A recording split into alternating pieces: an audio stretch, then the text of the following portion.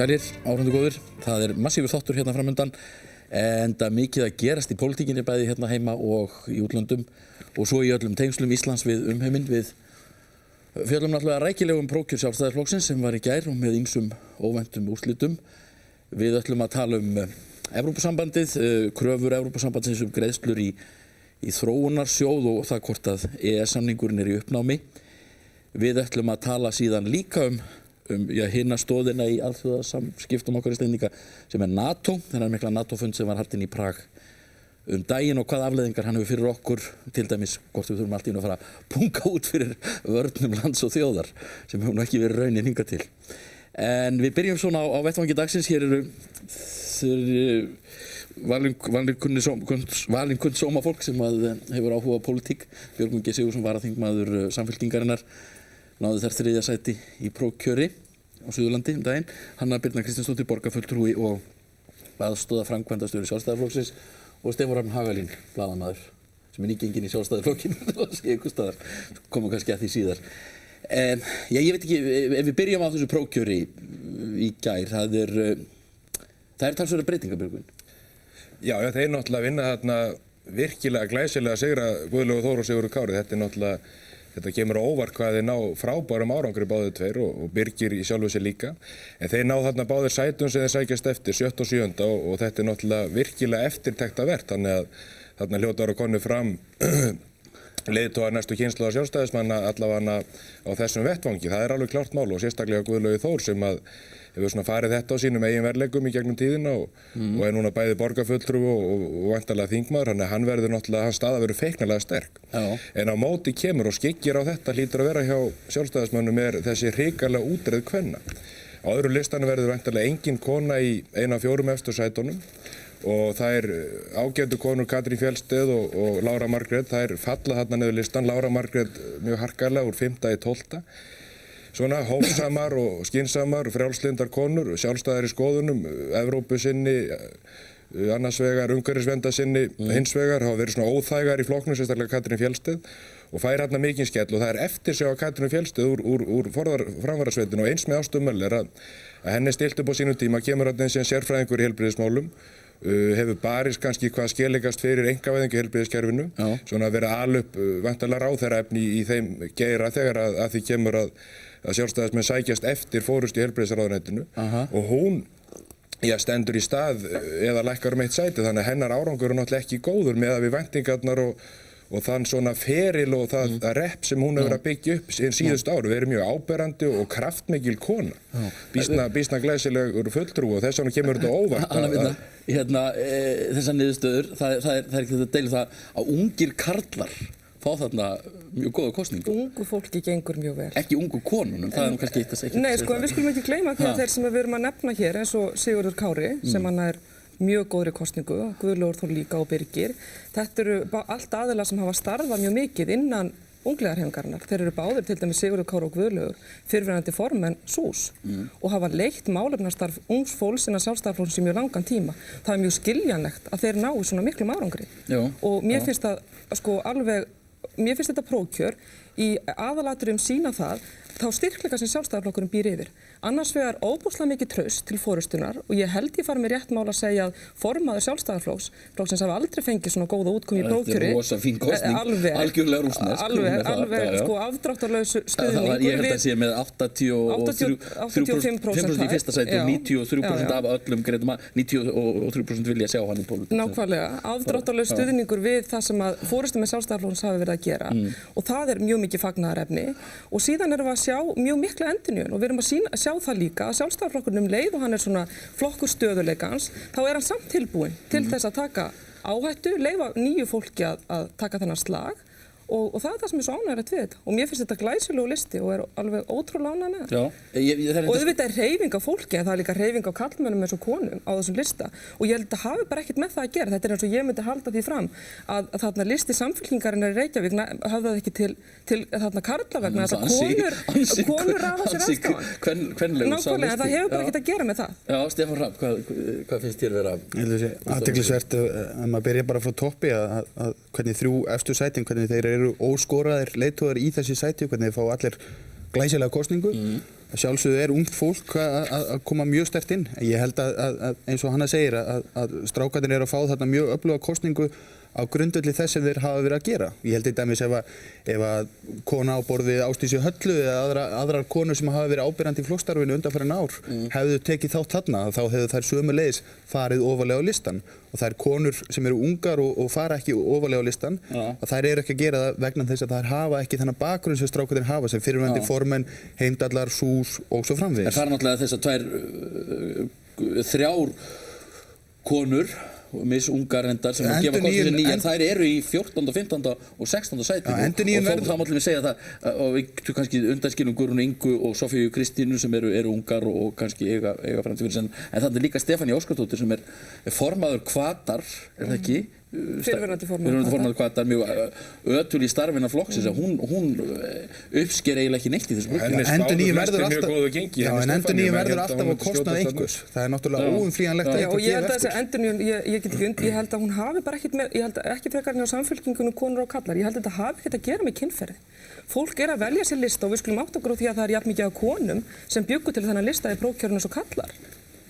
Þetta er ekki listi sem var stilt upp af karlmönnum. Þetta er listi sem að fólkið í Sjálfstæðisflokknum í Reykjavík valdi, þetta er það fólk sem það treysti og það hefur ekkert með kynferð að gera, það hefur með það að gera að fólkið í Reykjavík telur þetta vera hæfustu einstaklingar. En við erum samt sko, ef við horfum á þetta er nú samt sjónarmið sem eru talin valít í stjórnmálum nú orðið og þetta hlutfall milli karla og kvenna og menn leggja ýmislegt á sig til þess að hafa það einhvern veginn stilla það af. Og það eru opinbera nefndir sem að vinna við þetta og guð má vita hvað. Við erum með sko sennilega 2 lista ef við skiptum þessu niður, segjum 8 tölurnar færi í norður og jafnar tölur suður, að þá vorum við Davíð Oddsson í 1. sæti í öðru kjördæminu, Björn Bjarnason í öðru sæti, Sólveigu Pétursdóttir í 3., Sigurður Kári Kristjánsson í 4., Ástu Möller í 5., Katrín Fjallsted í 7. Ok, þetta er annað kjördæmið. Og hitt kjördæmið er Geir H. Haarde, Pétur Blöndal, Guðlaugur Þór Þórðarson, Guðmundur Hallvarðsson, Birgir Ármannsson. Það eru svona 5 kallar þar í fyrstu sætunum í öðru kjördæminu sem ég ger ekki ráð fyrir að mér skilst þetta að kosningin sé ekki bindandi. Kosningin er ekki bindandi og kjörnefnd getur breytt þessum einhverjum hætti kjósun að gera það.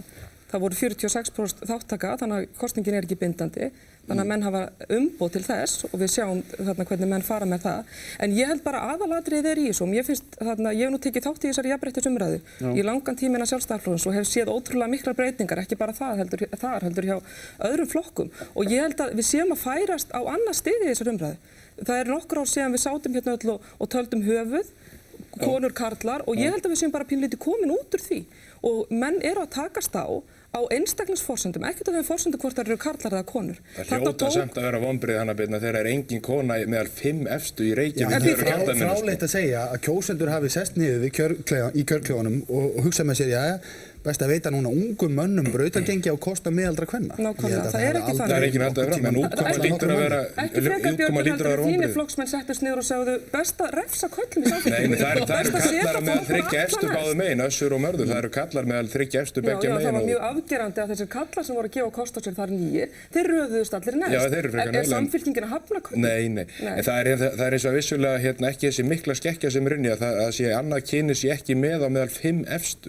Það hljóta bara að vera vonbrigði. Það er bara vond útkoma þó svo auðvitað ætli sér enginn að stilla þess að núna var það til dæmis ljóst í borgarstjórnarkosningunum að konur hallast frekar til vinstri en kallar. Það sýndu það einhver mælingar og held sér ekki deilt það að er ekki hægt að þarna sitja í Sjálfstæðisflokkunum með lista sem höfðar síður til kvenna, hafi litla skírskotun hjá konum. Og hann ná ekki að vinna þetta kvennafylgi sem þarf. Þetta er ótrúlega góður listi með mjög frambærilegu fólki, sterkri forystu og sterkri nýliðun og það er ekki þannig og það er engar rannsóknir sem sýna það að karlar í stjórnmálum höfði minna til kvenna eða konur höfði minna til karla. Það er ekki þannig. og ef þú lítur yfir farin vegið þessu stjórnarsamstarfi þá hefur Sjálfstæðisflokkurinn staðið vörð og verið að gera hluti sem lúta jafnrétti kynjanna sem sýna okkur það að kallar geta jafnt eins gert á konur. En það hlýtur samt að skipta máli að sé bærilegt jafnvægi á milli. Þess vegna eru eins og Egill nefndi hérna áðan, menn að leggja ansi mikið á sig til að svo sé með uppstillingum og stýringum og slíku. Nei, ekki alltaf. Þú getur kosið að gera það stundum en sem betur verið að þurfa með þess nú yfirleitt ekki. En þetta er allavega óheppil útkoma hvað það varðar og skeggir á hérna glæsilegu framgöngu drengjana þriggja. Mér langar að nefna annað sem harðasta baráttan í þessu var náttúrulega þriðja sætið. Það sem að tókust á mikið þungavigtarfólk. Björn Bjarnason vinnur þar afdráttarlausan sigur og fær mikið traust eftir það sem að undan er gengið hjá honum í pólitík þá er þetta mikil uppreisn æru fyrir hann held ég innan flokksins og svo kemur Pétur Blöndal og hirðir hérna sitt sæti, fjórða sæti en Sólveig Pétursdóttir fær vonda kosningu. Já, hún hljóta að teljast mikil vonbrigði fyrir sitjandi ráðherra að tapa sínu sæti og lendi í 5. sæti á eftir Pétur Blöndal. En Pétur rak mjög glæsilega kosningabaráttu. Þetta var svona skemmtilega öðruvísi hjá honum, þessi fyrirlestraröð og hann náttúrulega hefur keyrt á mikilli sérstöðin seinni ár og hann er svona, óþekki drengurinn sem kemst upp með og fær hérna glæsilega kosninga meðan að Katrín Fjeldsted sem að hefur kannski verið upp á kantu fórustun í ýmsum málum geldur hálfgett afhróð en Pétur vinnur glæsilegan og merkilegan sigur enda kannski sá þeirra þingmanna sem að kannski hvað mest heldur á lofti svona kannski hörðustu gildum frjálshyggjunnar og markaðsbúskapurinn svona kannski það sem að kannski flestir stuðningsmenn flokksins aðhyllast en hann er kannski hvað einarðastur stuðningsmaður þeirra sjónarmiða og býsna heill og glæsilegur í framgöngu sinni því eins og allir munið í kódmálinu þegar hann gerði nánast uppreisn í flokknum og fræktu hann úr engaviðtali sem að þú tókst við hann hérna á vordögum þegar svona jaðraði við hann var ekki við skinn hann ætti ekki heima þarna lengur þannig að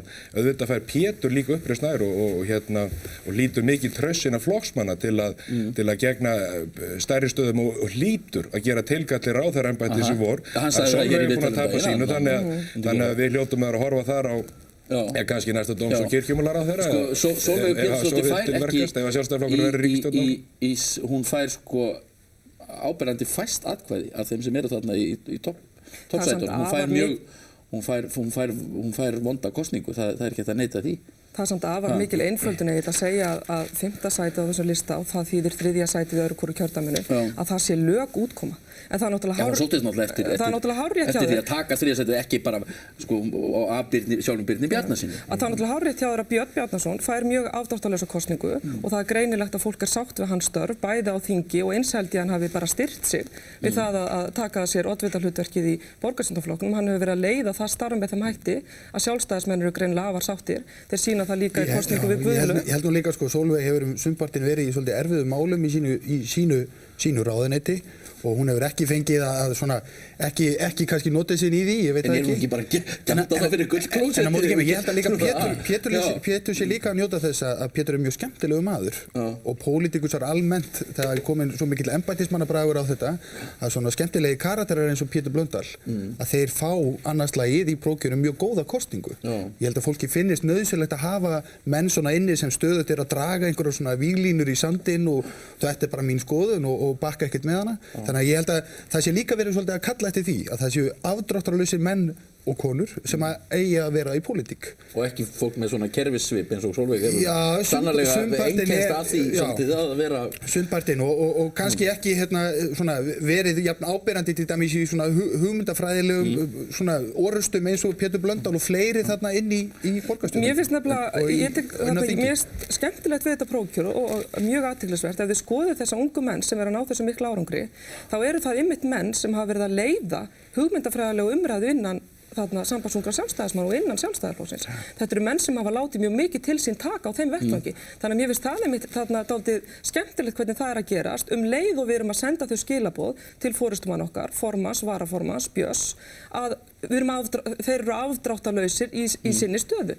En leið erum við að segja við viljum fá þessa umræðu og það sem þeir hafa fram að færa til þess að þarna...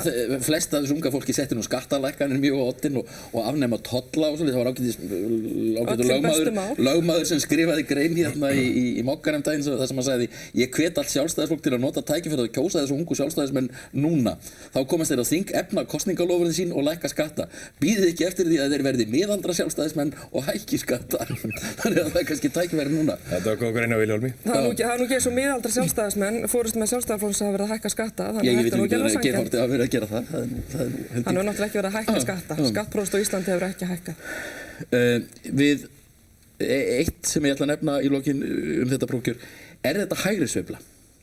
Það lítur að teljast það að einhverju leyti, þetta sé hægrisveifla, þegar koma svona sterkir menn inn eins og Birgir Ármannsson og Sigurður Kári. Ég veit nú ekki hvort að Guðlaugur Þór teljist til, allir hann teljist nú ekki til hófsamari aflana í flokknum. Hann rak náttúrulega öfluga fjölskyldustefnu og gaf hann út flott og skemmtilegt myndband, fjölskyldumyndbandið sitt, og þannig að þetta er svona frekar þetta færi flokkinn til hægri og fjarvera hinna hófsömu kvenna eins og Katrína Fjeldsted og Láru Margrétar hlýtur að renna stoðum undir það að flokkurinn sé svona heldur að færa sig upp á hægri kantinn, þó svo að kannski framgang Ástu Möller í einkavæðingu heilbrigðiskerfisins hafi svona kannski komið þar á móti að því að hún nær ekki árangur eftir einarða baráttu í þeim málaflokki. En strákarnir eru auðvitað harðir hægrimenn, sérstaklega Sigurður Kári og Birgir Ármannsson og hafa gengið fram völlin sem vaskir einkavæðingar sinnar og skattalækkunarmenn og þetta eru menn sem lesa Ian Rand og svona og stúdera hana í frístöndum, þannig að þegar svoleiðis menn eru komnir í framvara sveitina þá hlýtur flokkurinn að ferast til hægri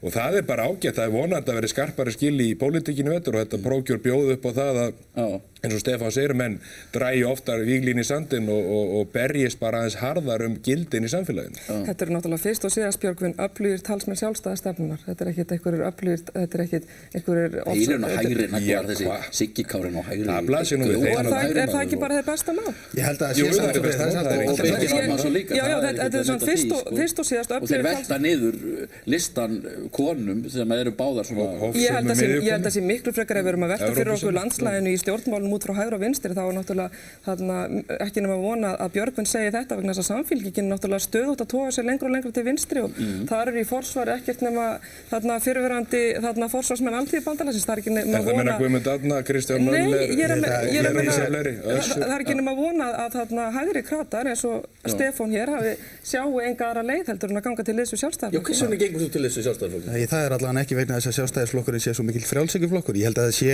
svo mikill, það er stigsmunur á stefnuflokkana sem eru svona á miðjunni og hægra megin hvað varðar velferðarkerfi og ég veit nú ekki betur heldur en að ríkisstjórn Davíðs Oddssonar hafi staðið þokkalegan vörð velferðarkerfið undanfarin 12 ár.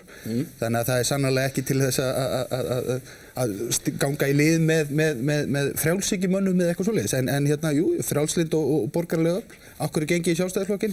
Þú sagði þetta eðalgrati, ég las hérna og vef að þú þetta sætti tíðnum að eðalgrati sem ég veit það nú ekki. Ásæðilega við að þú sést af einhverjum krata. Ég er nú ekki eins og skarpið að þú sé sammála það að ég sé eðalgrati. Þú ert einhverjum krata, þú ert að krata ættum. Já, ég er að miklum frænkaði. En eiga til dæmis hægri sinnaðir, þú voru talað um þessum hægri krata, hægri sinnaðan jafnaðarmann, að eiga þeir ekki heim í Samfylkingunni? Nei, ég tel ekki. Ég held að það sé þannig. Þetta byrjar, mín vegferð kannski yfir í Sjálfstæðisflokki byrja fyrir einhverjum 6, 7, 8 árum þegar Jón Baldur, Jón Sigurðsson og fleiri fara úr flokknum og hverfa til annarra starfa og yfir í embættismennsku og Norræna fjárfestingabankan og svo framvegis. Og eftir fannst mér forystumenn og öfl sem réðu þá ferði í Alþýðuflokknum og seinna í Samfylkingunni sem eru mér ekki að skapi og ég hef undanfarin ár harðlega gagnrýnt bæði á vefsvæðinu kreml.is sem ég stofnaði ásamt félögum mínum og víðar í blöðum og í sjónvarpi, gagnrýnt bæði stefnu og forystu Samfylkingarinnar. Síðan kemur að því einn daginn að þegar þú ert búinn að skrifa enn eitt pistilinn þar sem þú ert hundóanaði með stefnuna, með forystuna og svo framvegis, að þá bara, hvað er ég að gera í þessum flokki? Hvaða viðhlægjendur á ég hérna? Þannig að það auðvitað spila það eins og það er inn í að ég og Bjarnason höfum verið vinnir margra ára skeið og ég vildi leggja honum liði í þessari baráttu. Ég gerði það líka fyrir borgarstjórnarkosningarnar. En er þetta raunin, Björgvin, að eins og Stefán segir að hægri sinnaðir kratar sé að heikjast upp á Samfylkingunni? Nei, er Evrópustefna Samfylkingarinnar hægraði vinstri stefna? Er menntastefna Samfylkingarinnar hægraði vinstri stefna? Menn eru náttúrulega svolítið að velta sér upp úr gömlum pólitískum merkjum. Ég held eins og prófkjörin sem voru undaginn í Samfylkingunni. Prófkjörin sem voru undaginn í Samfylkingunni, menn hafa spurt, var þetta dropinn sem fyllti mælinn, Stefán? Og ég held absolutt, þarna fóru velferðarkratar, vinstri kratar og kratar svona af gamla skólunum, þeim gekk allstaðar vel, menn sem komu nýir inn, menn sem vildu auka vægi atvinnulífsins í allri pólitík og hugsjónum Samfylkingarinnar, þeim var meira og minna hafnað. Þannig að þú ert með ofalega á öllu listum og allstaðar í forystu sveit Samfylkingarinnar ertu með vinstri krata, fyrrverandi alþýðubandalagsfólk og svo framvegis og með þessu fólki á ég enga pólitíska samleið. Ég segi, sko, menn geta endalaust velt sér upp úr gömlum pólitískum merkimiðum sem að kannski henga á hinu pólitíska jólatri hérna alla 20. öldina. En núna er sem betur fyrir breyttir tímar og pólitíkin farin að snúast aðeins meira en þessi gömlu hörðu átök og eins og ég nefna aftur Evrópustefnuna. Er Evrópustefna Samfylkingarinnar, er það bullandi vinstristefna? Ég veit ekki hvort að menn flokkið til hægri eða vinstri. Þetta er bara ný svona framfara pólitík. Þetta er fyrst og fremst spurningum fram og aftur. Vinstra og hægri, hvaða hljóm hefur það í þessu samhengi sem Stefán setur upp í? Sko draumurinn kannski um endurnýjun Samfylkingar sem að verið segja formaðurinn var búinn að setja oddinn, endurnýjun hennar í gegnum þessi prógram og hann brást og við setjum upp með sko sama fólkið þarna í forystuhautinni og leið sér maður ekki að það verði einhver mikil hugmyndalega endurnýjun heldur. Nei, það er alveg rétt í sjálfu sér að hugmyndafræðileg endurnýjun kemur náttúrulega með nýju fólki og nýjum kynslóðum og margir höfðu vænst þess að yrðu meiri kynslóðaskipti í gegnum prófkjörun. Jú, vissulega. En það þýðir ekki það að flokkurinn haldi ekki áfram á sinni vegferð og ég nefni áfram framfara sinnaða nútíma pólitík eins og Evrópustefnu og fleira sem auðvitað kæmi kannski skarpar inn með fleiri nýjum andlitum. Hvert ætlar Samfylkingin að fara? Sjálfstæðisflokkurinn vinnur sína vinnu mjög vel. Hann er nú ekki eldri en 2 vetur í pólitíkinni. Það er til dæmis það að nú var undirritað samningur í síðustu viku milli ríkisins og aldraðra að rétta kjör aldraðra. Þarna er verið að taka frá Samfylkingunni og frá þessum velferðarkrötum eitt kosningamálið og ég get alveg séð þetta fyrir mér að þetta muni gerast í vetur. Mér finnst þetta í raun og veru eins og við höfum rakið þessu umræðu hér og eins og Björgvin þetta viðurkennir, þá finnst mér þetta að segja allt sem segja þarf vandræði Samfylkingarinnar. Formaðurinn, hvernig kemur hann út í kosningunni? Hann fær 55% stuðning af flokksfólki. Við skulum átta okkur á að þetta er flokksfólk. Það er engin endurnýjun. Engin. Þetta eru menn sem voru með hástendar yfirlýsingar. Ég man eftir, maður klára. Það er ekki hægt að segja með sanngirni að sé engin endurnýjun þó hún sé ekki jafn róttæk og einhverju væntust. Það eru menn eins og Helgi Hjörvar, Ágúst Ólafur í Reykjavíkurkjördæminu, Katrín Júlíusdóttir í Suðvesturkjördæminu, ég sjálfur í Suðurkjördæmi. Auðvitað er endurnýjun sem á sér stað líka. Þó hún er ekki staði í efstu sætum. Já, hver veit það í dag? Ert þú svona forspár, Stefán, og þú viti hvernig kosningarnar fara í vor? Ekki allt saman. Ok, við skulum orða þetta öðruvísi. Það er afar lítil endurnýjun. Miklu minni endurnýjun heldur en formaðurinn ykkar hefði viljað sjá. Í þriðja lagi stendur Samfylkingin frammi fyrir ótrúlega, við skulum bara orða það eins og þér, klaufalegum hugmyndafræðilegum vandræðum.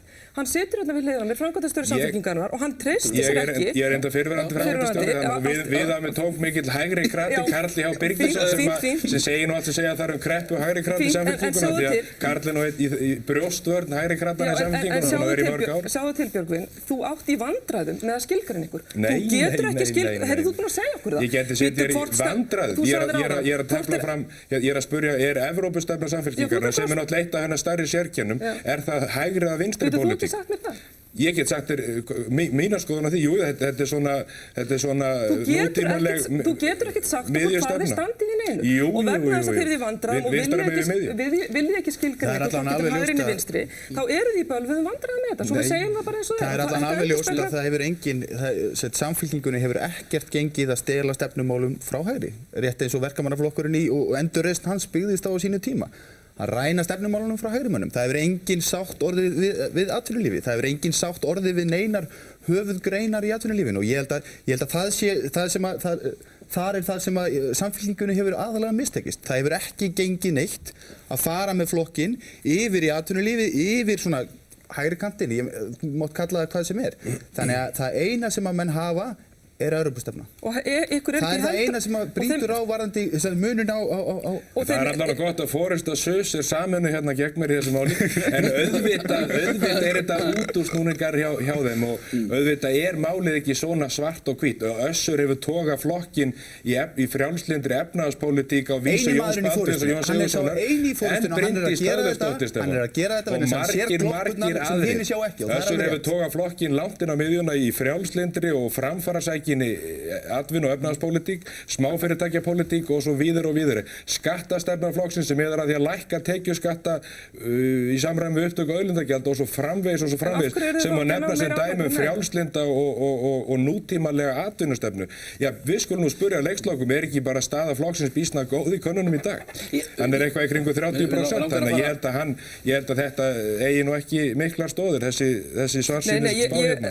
Langar því í velferðarstjórn með Steingrími J. Sigfússyni? Nei, mér langar í stjórn með Framsókn, Evrópu og miðjusagna svona framfara stjórn með Framsóknarflokknum. Ég held að það veri besta stjórnin. Dásamlega riddeilur milli Morgunblaðsins og Steingríms og hver bjóð til velferðarkerfið. Það geti ekki boðið upp á Styrmi og Steingrími í þeim debatt. Ég held bara að þetta segja okkur, þetta sem við erum búin að vera að tala segir okkur svo mikið þessi stjórnmál. Það segir okkur það að við erum að sjá flokk eins og Sjálfstæðisflokkinn sem heldur stöðu sinni vegna þess að hann veit hvað hann stendur fyrir. Hann veit hverjum hann treystir til þess að fara með sín mál og við vitum á hvað leið við erum. Það hins vegar Samfylkingin og því miður þeirra vegna. Þá vita þeir ekki einu sinni almennilega hver á að vera forystumaður, þeir vita ekki almennilega fyrir hvað þeir standa. Sjálfstæðisflokkurinn þessi hófsami hægri flokkur sem að þriðju leiðarflokkarnir í Evrópu, krataflokkarnir eru. Við þurfum að fara út í þú segir að þessi krataflokkur, við þurfum að fara út í annað og það nú þetta tengist þessu öllu, hverjum treysta sjálfstæðismenn. Það prófkjörið í Norðvesturlandi. Það ekki ennþá búið að leiða það til lykta.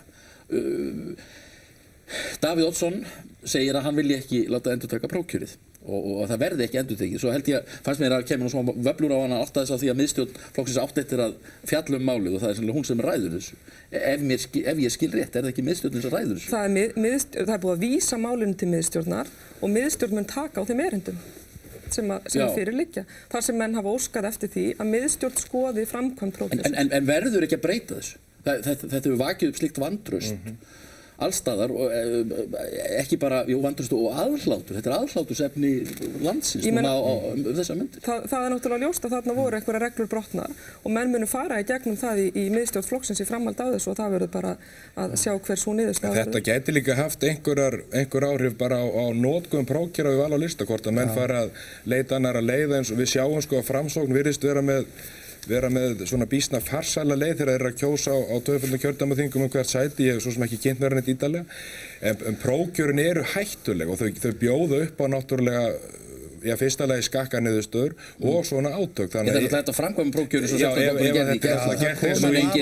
menn átt að framkvæmum eins og í villta vesturinu áður en að fágildandi komið til sögunar þá náttúrulega fer allt í bál og brand en ég held að þetta muni samt veikja tiltrú manna á prófkjörum almennt sem svo hefur verið tækjum. Svo grípa þetta til að telja upp á nýtt sem er svona eins og að bjóða manni sem er með hjartaáfall fótabæð Flórída bragur að það kom ekkert út úr það vissu að það kemur ekkert út úr því. Það var náttúrulega ósk kjörstjórnar á þessum stað og það var gert. En það er kannski eitthvað sem þurft að gera. En þeir verða ógilda þetta prófkjör og taka slaginn með einhverjum hættu búið nýtt. Ég held að bara listans vegna, frambjóðandana í kjördæminu vegna og flokksins í kjördæminu þá verða þeir að gera það til að fólk bara endurnýja traust fólk á framboðslistanum. Það bara hlýtur að vera með fullri virðingu fyrir þessum ágætu mönnum sem takast þarna og þá og engin veit svo sem þátt einstakara manna þeirra í þessu en ég held að þeirra vegna og allra annarra þáttakandi í prófkjörinu þessara þúsundar sem kusu þá verði að gera þetta með einhverjum hætti. Morgunblaðið upplýsir að þessu 500 utankjörstaðaratkvæði á Akranesi í þessu prófkjöri. 30% atkvæðin þar. En við erum bara að sjá, það er alveg eins og Samfylkingin og fleiri flokkar er að ganga í gegnum í þessu norðvesturkjördæmi þar sem er svona mikil fækkun á þingmönnum, hvað þetta er erfitt. Þetta er erfitt alveg sama hvaða leið hefði verið farin. Það er þarna hópur af frambærilegu fólki sem var tilbúið til þess að vera áfram og þá er þetta náttúrulega mjög þungt og erfitt. Já. Samfylkingin er náttúrulega í vandræðum þetta líka að það Já, með sínum hætti það er þarna fækkar þingmönnum gríðarlega. Þannig að og við stöndum frammi fyrir því vandamáli eins og það eru flokkar að það eru fleiri sem sækja en geta fengið allavega örugg þingsæti og menn er að taka tillit til svæðana þess vegna er tekin ung og glæsileg stjórnmálakona inn í annarsæti eða Sauðárkróknum og þá stendur slagurinn þriðasæti á milli tveggja nokkuð öflugra þingmanna, Gísla og Karls þannig að það stendur spyrin. Nú eru Gísli Einarsson sem ég vissi nú ekki betur en að væri af Akranesi Hann upplýsti í fréttablaðinu í gær að hann væri líka Fæddur á Vestfirðingur. Súðavík? Já, þannig að Og Karl Matthíasson sem sannarlega var prestur fyrir vestan, en hann nú, víst í Grundarfirði núna ekki? ég held að hann hafi búið þar hins seinni ár allavega. Já, að þeir eru að keppast hvor er meiri Hvor er Vestfirðingur og kannski, ég veit ekki, væri nú kannski ekki Salómonsdómurinn að vísa þeim báðum út og taka bara einhvern nýjan sem þá bóna fíti Vestfirðingur. En þetta er í uppsetningarnefndin og þeir leggja fram einhverja tillögu á fundi kjördæmaþings Ég skil það sé allt viku 10 dagar. Er ekki Ólína Þórðardóttir fín? Eða Sigurður P.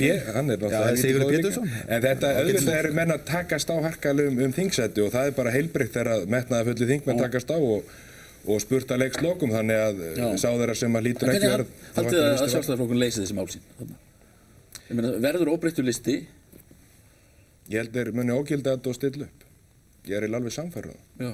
Ég held að bara endi með því að þetta rati þannig blindgótu að þeir verða að gera það og ég spái því að þeir muni gera það. Það verði farsælast fyrir bæði flokkin og frambjóðandana 5. Já, þrátt fyrir að maður vildi kannski gjarnan sjá bara prófkjöri endurtekið, þá held ég að svo verður raunin líka. Ertu búin að lesa? Það verður stilt upp. Byrjuð. Hvernig er hún? Ekki skildu lesning hvað Sjálfstæðismanns. Þetta er bara skemmtileg lesning.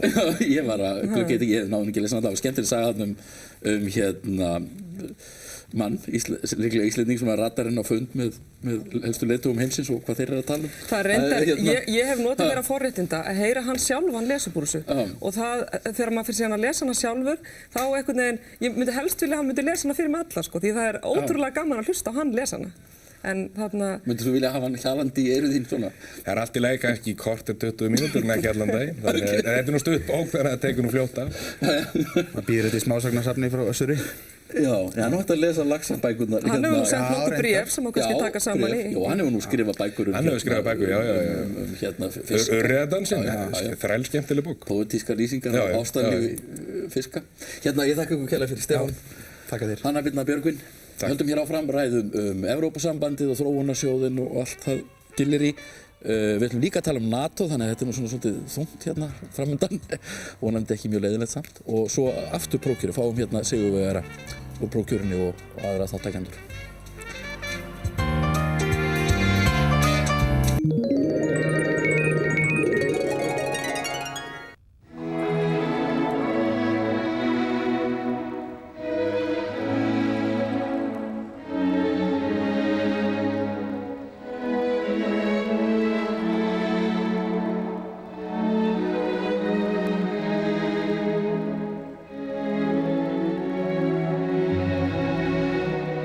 Passat.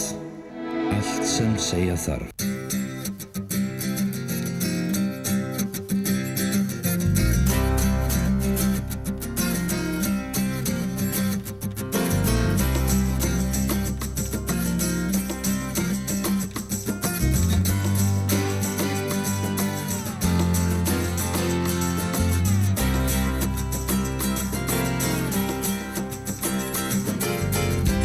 Þú hringir frítt innan fyrirtækis. Íslandssími. Vertu velkomin í glæsilegasta snóker og púlsa landsins. Beinar útsendingar, kaldur á krananum og dúbl í hopp. Snóker og púlstofan Lágmúla 5, beint fyrir aftan Lyfju. Ísland í hers höndum. Glæsilegt stórvirki eftir Þór Whitehead Ísland í síðari heimsstyrjöld. Tryggðu þér þessa einstöku bók á sérstöku kynningaverði í síma 522 2020. Við erum við síman núna, 522 2020. Vaka Helgavelli.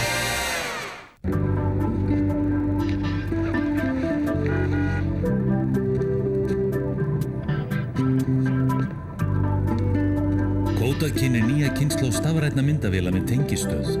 Með því að ýta á einn napp sendurðu myndirnar í útprentun eða í tölvupósti. Stafræn ljósmyndun gerð einföld.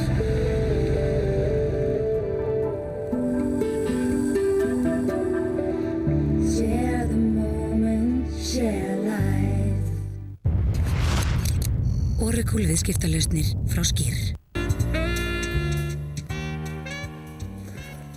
Hún er nú kynleg skepna þessi Evrópuumræða og kemur svona upp í ýmsum myndum, svona eins og hvalur sem stingur sér af sundi og stundur sér maður eitt og svo annað. Og núna er þetta deilurnar framlög í þróunarsjóð Evrópusambandsins, kröfur framkvæmdastjórnarinnar á hendur Íslendingum auknar greiðslur í þennan þróunarsjóð 27-faldar, skilst manni. og í framhald af því hugsanlega kröfur það að útlendingum verði leyft að fjárfesta í íslenskum sjávarútvegi. Eiríkur Bergmann hér, helstur sérfræðingur áhugamaður Íslands Evrópusambandið, Þorgerður Katrín Gunnarsdóttir, alþingismaður og Friðrik Danielsson, verkfræðingur, sem var nú í viðtali hjá mér fyrir svona 1,5 eða 2 árum. Eitthvað svoleiðis. Áhugamaður ýmiss konar pólitík og þar á meðal Evrópusambandið, en þó ekki aðdáandi þess. Nei.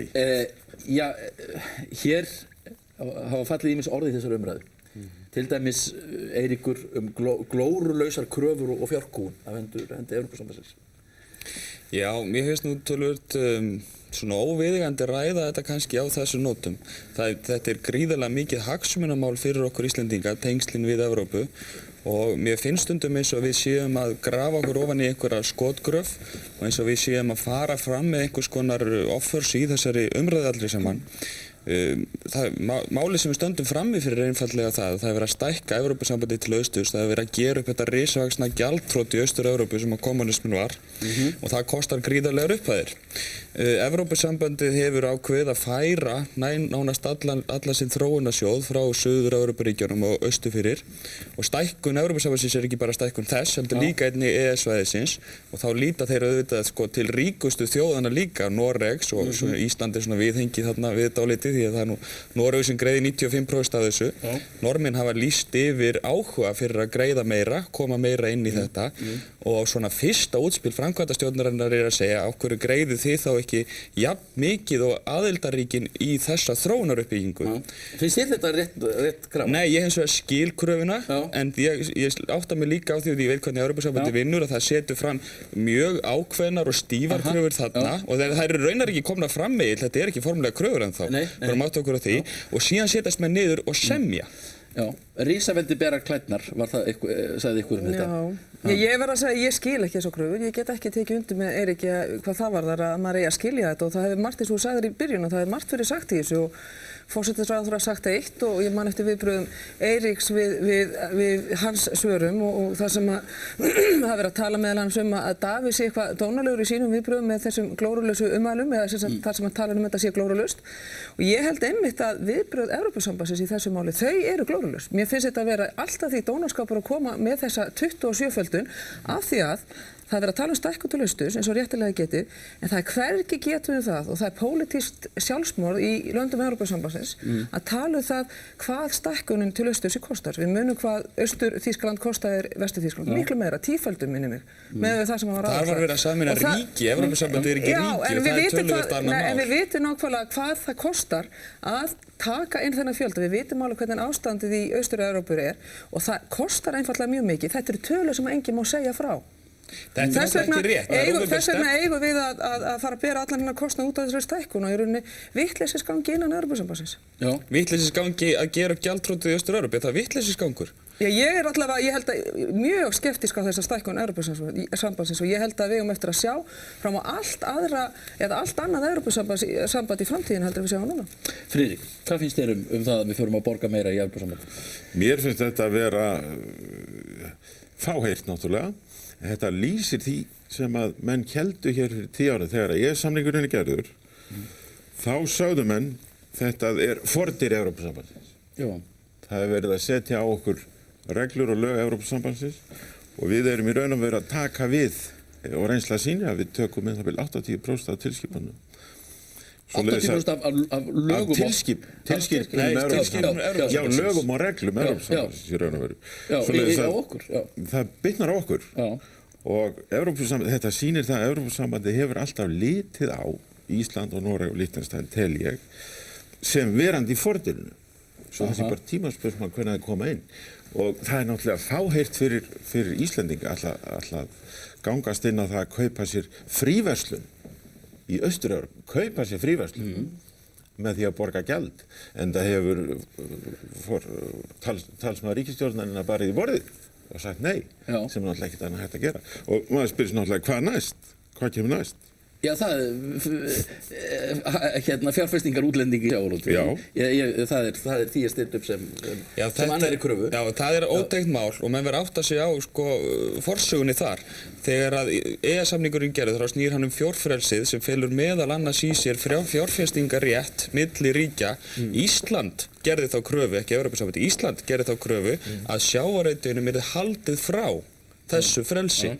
Evrópusambandið kom þá með mótvægisaðgerðir sem fólust í mjög lágum, hóvarum tollum og nokkrum sjávarafurðum eins og síld, makril og þess að tegundum sem að bera svona upp undir 20% toll mismikið og ef að Íslendingar fara nú fram með kröfur að fá þessa tolla niðurfellda í tengslu við stækkun Evrópusambandsins þá koma menn augljóslega á móti og segja að þetta hangir saman við fjárfestingafrelsi. Síðan er fréttaflutningur á Íslandi með þetta séu kröfur Evrópusambandsins þegar þessar kröfur koma frá Íslandi. Fjárfestingar útlendinga? Já, það hangir saman við fríverslunina. Já.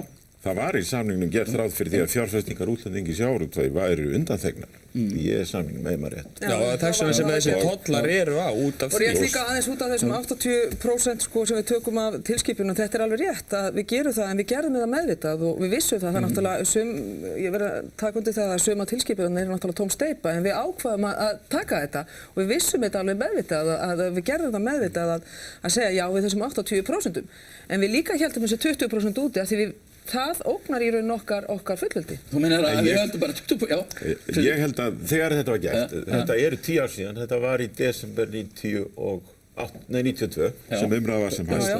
94 tegur gildi, já. Og það komu álit frá lögfræðingum og það kom álit frá sem aðilum með þetta og það voru margir sem var bent á það að þarna væri Íslands stjórnvald að missa bæði reglusetningavaldið og löggjafaldið á vissum sviðum. Já. Það voru til dæmis hann Guðmundur Andrésson í Svíþjóð. Hann var nú kannski einn af skeilegastur í þessu. En þetta er samþykkt á Alþingi með 33 held ég á móti 60. Eða það voru ekki á móti margir kannski. 33 og 63. En ég held, þegar þekkir kannski Þorgerður betur, ég held að menn hafa ekki gert sig grein fyrir því hvað þetta þýddi. Að það myndi koma flóð af tilskipunum og að íslenski reglugerðar aðilinn myndi missa í raun. En braut þetta bara ekki einfaldlega í bága við stjórnarskrána? Nú getum við rifjað þetta upp 10 árum síðan. Það sagði til dæmis hann Guðmundur. Já, og nú til dæmis komið hér önnur viðtal við Sigur Líndal í blaði, stjórnmálafræðinefnd. Íslenska leiðin með myndafinn Guðna á fórsíðunni. Og Sigur Líndal segir að Íslendingar hefðu þurft að breyta stjórnarskránni áður en þeir gengu í EES. Það var reynda farið þokkalega vel yfir þetta á sínu tíma og það voru einfaldlega það voru skiptar skoðanir Sumir segja að þetta hafi bara verið pöntuð álit sem að ríkisstjórnin stundist við. Þá voru það kratar og sjálfstæðismenn. Sko, ég held að EES-samningurinn hafi í raun brotið stjórnarskrá. Það var hins vegar pólitískur vilji að segja sér svo að það gerði það ekki. Hins vegar hvernig skilgrein eru fullveldi. Það er alltaf svona huglagt mat álitið. Og síðan hefur reyndar þróunin frá því að samningurinn var gerður, þá hefur þróunin innan Evrópusambandsins verið með þeim hætti að við höfum alltaf minni áhrif á þessa reglugerðir sem komu hingað því að samningurinn við framkvæmdastjórnina við áttum að hafa ákveðna aðkomu að undirbúningi lagagerða og annað slíkt sem hefur þrengst mjög mikið þannig að núna hafa Íslendingar mjög takmörkuð áhrif á þessa gerðir þannig að það hefur orðið meira og meira fullveldisafsal eftir því sem líður tekur á samningin.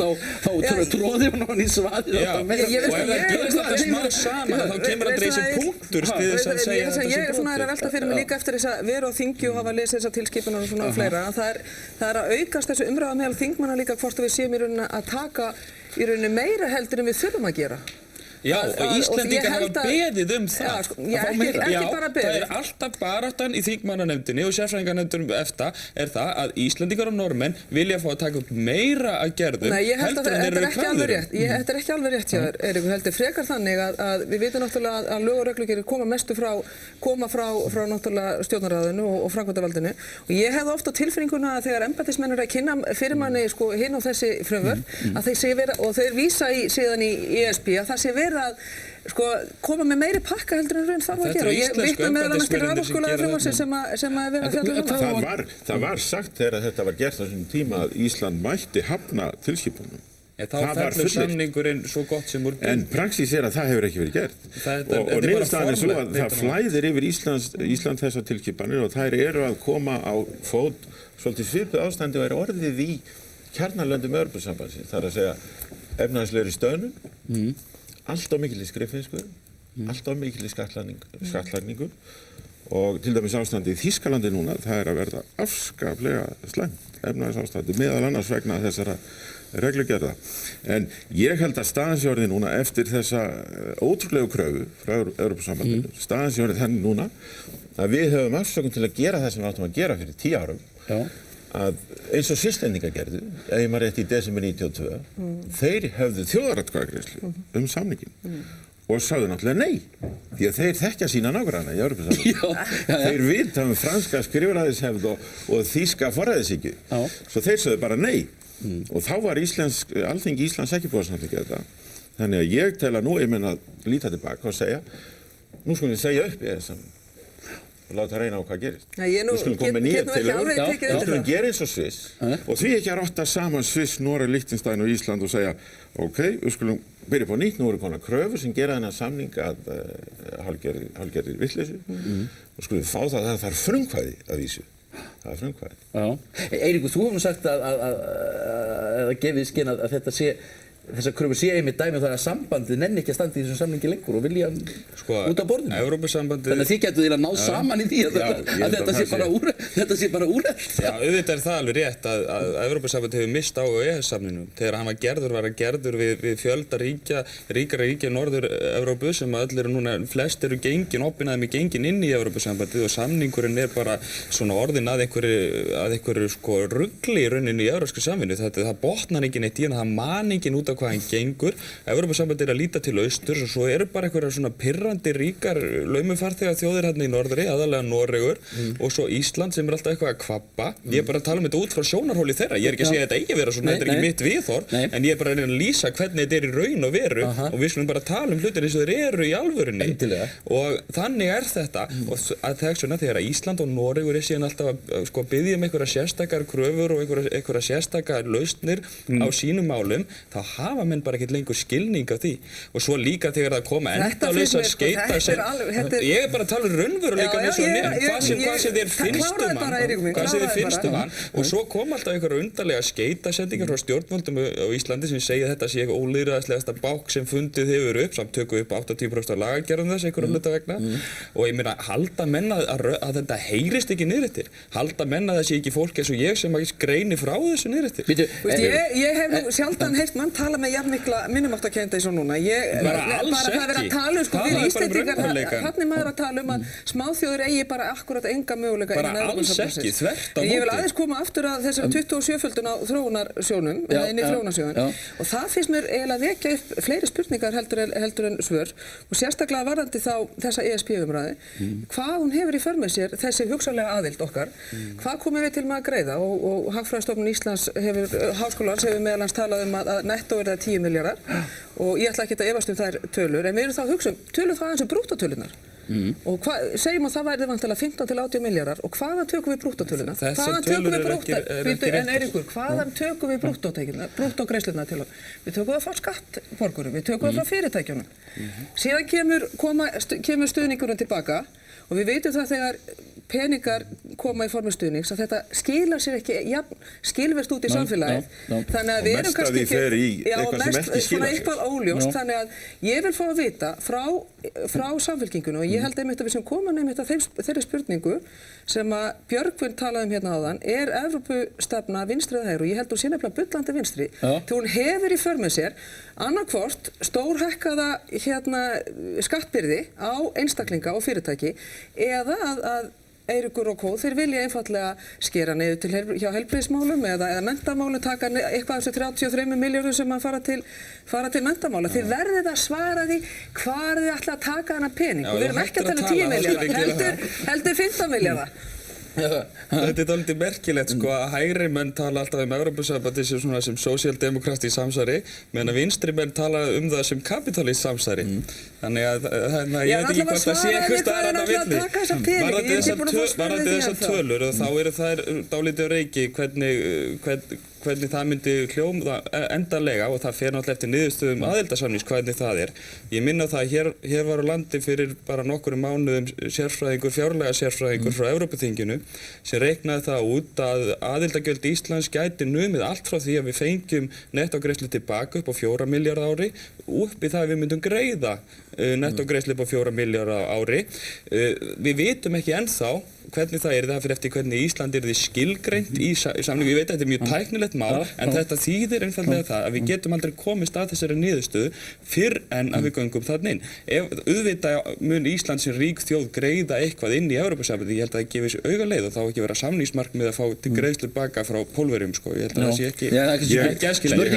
Eins og reyndar útlendingur sem búsettur hérna bent í mér á þessu umræðu, verður ekki ekkert komið tími til að Íslendingar taki ábyrgð á öðrum en sjálfum sér, að þeir sem sagt eins og Evrópuþjóðirnar gera þær að borga í þróunar aðstæður út allar trissur og við að taka ábyrgð á einhverjum þjóðum ber maður ekki að gæta bróður míns og miskunnsami samvergin og allt þetta. Af hverju við að gera það? Ég veit það ekki. Það er náttúrulega kristilegur kærleikur. Af því að þetta er nú stjórnmála fólk hér mikið sem ég álit með nú kannski vera að ég veit ekki af hverju menn að tala Evrópusambands aðild í dag. Hún ekki á dagskrá, það bara einn flokkur sem nýbúinn að taka þetta upp. En hinir flokkarnir hafa ekki tekið þetta upp. Ísland í algjörri sérstöðu með það að það hefur ekki einu sinni verið kosið aðild. Eina landi í Vestur-Evrópu þar sem hefur ekki verið þjóðaratkvæðagreiðsla eða neitt. Og þegar að Ísland kemur inn í röðina, þá verður Evrópusambandið orðið bland af allt öðrum löndum en var áður. Það verður orðið mið af Ísland hálfgert fátækrasamband. Og það þannig í dag að meðaltekjur á mann í Evrópusambandslöndum eru mun lægri heldur en á Íslandi. Efnahagsvöxtur á Íslandi miklu meiri heldur en í Evrópusambandinu. Og þessi litlu lönd eins og Sviss og Noregur, Ísland og Liechtenstein, þau skera sig úr í Evrópu með efnahagsþróun. Þannig að ég held að ég bara segja sem svo, Evrópusambandsumræða kemst á dagskrá á næsta þingi. Nú skulum við tala áðurvandamálið og það EES-samningur. Sem að þú vilt rifta og... Já, ég vil bara segja honum upp og koma með aðra tillögur. Viltu afnema fjárfestingarétt Íslendinga í Evrópu, afnema atvinnurétt Íslendinga í Evrópu? Ekki var afnemið fjárfestingaréttu Svisslendinga í Evrópu þó að þeir... Setjum tolla á fyrir íslenskar afurðar Ég vil minna þig, þú kannski ég vil minna þig á það þegar við vorum síðast í baráttu við Evrópusambandið. Það nú ekki nema aldarfjórðungur síðan. Þið eru svo unga, þið munu ekki eftir því. Þá ætlum við að fara út landhelgina og þá voru öll Evrópusambandslönd á móti. Hvert einasta. Síðan gerist það að Íslendingar fá þarna stuðning og þeir meðal annars frá Rússum og Suður-Ameríku og fleiri ólíklegum stöðum. Landhelgin færið út og hvað gerist? Það sett viðskiptabann á Ísland. Það sett löndunabann á íslenskan fisk. Þið munið þetta ekki. Þetta voru Evrópusambandslöndin. Þetta það sem við getum átt vona á frá þeim. Þau hafa alltaf staðið svona gagvart þessar litlu þjóð. En hvað gerir Íslendingar? Þeir fóru á stað og fundu nýja viðskiptamenn. Þeir fóru til Rússa í það skiptið. Og við fengum viðskiptasamning við Rússa. Þeir eru bara að gleyma Evrópu og fara eitthvað annað? Nei, alls ekki. Við erum bara að gera okkur grein fyrir því að Evrópusambandslöndin gömlu heimsveldin í Evrópusambandinu. Þau eru frá fornu fari, helstu andstæðingar íslenskrar hagsmunastefnu. Ég held einmitt að varðandi fjárfestingakröfin í sjávarútvegi að maður einmitt velti fyrir sig hvað ef við hefum verið fyrir innan. Við hefðum ekkert haft það að segja. Við getum þó ennþá saman þetta. Ef það hefði komið fram krafa frá Spánverjum eða Englendingum eða Þjóðverjum það það að breyta fiskveiðistjórnarstefnu, við hefðum einfaldlega ekki haft mikið að segja. Við höfum bara sagt já og amen. Davíð Oddsson dró upp mjög fallega og svona áleitna mynd af Evrópusambandinu sem borði á hótelherbyggi og við það sitja hérna síðan og srötir að ráða ráðu sínum og hinn eru fyrir neðan. Þetta er dálítið fyndin umræða sko, menn ræða Evrópusambandið sem eitthvað svakalegt bákn meðan að sko starfsmenn þess eru færri heldur en umhverfisráðuneytisins í Bretlandi. Það hefur nánast ekkert fjárveitingavald, við hafum 2,5% af opinberum útgjöldum í álfunni. Þetta er bara fullvalda ríki og samráðsvettvangur þess og svo tína menn einstaka lönd og segja það er svo hræðilegt atvinnuleysi á Spáni, meðan það er bara þróast í Luxemburg og það líka í Evrópusambandinu. Menn tína þetta allt til að hagvöxtur á Írlandi hefur verið álíka, á Íslandi hefur ekki meiri, og Luxemburg líka. Þannig að auðvitað þetta ekki þannig að þetta sé eitthvað risavaxið bákn, þetta bara samstarfsvettvangur fullvalda þjóða og auðvitað Ísland í Evrópu, auðvitað við undir þessum hatti líka, við erum 80% aðilar að Evrópusambandinu. Spurningi sem við stöndum frammi fyrir þessi, að mínu viti, hagsmunum okkar betur borgin með því að stíga skrefið til fulls og fá aðild að ákvarðanatökunni og vera þarna við borðið eða halda áfram að vera fyrir upp. Málið verðum við borðið? Fóru séu minn? Verðum við borðið, Ég má örstutt að það alltaf talað að Ísland sé Evrópuþjóð, það að þessu leyti rétt, en við erum ekki meiri Evrópuþjóð en Bandaríkjamenn, Kanadamenn, Ástralir.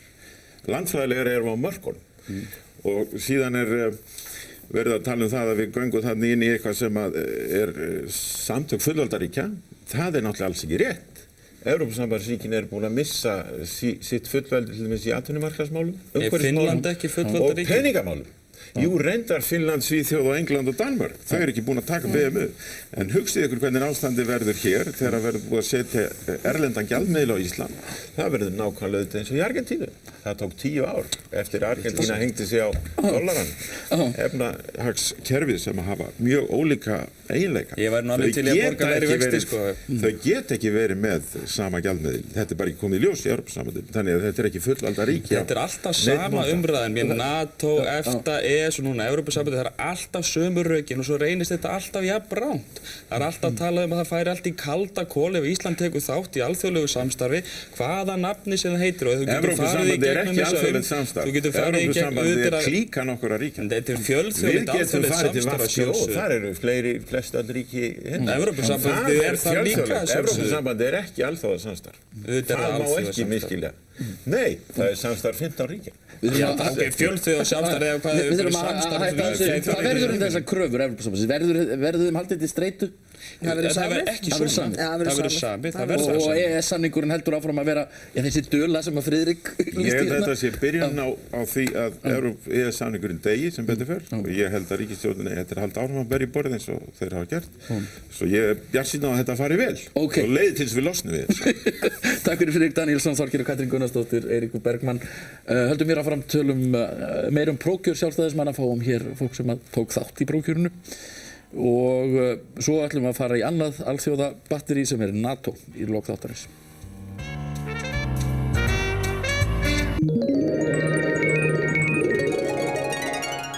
Íslenska orðabókin í stór aukinni og endurbættri útgáfu. Hringdu strax og tryggðu þér ómissandi leiðarvísi íslenska tungu 5 22 20 20. Við erum við símann núna.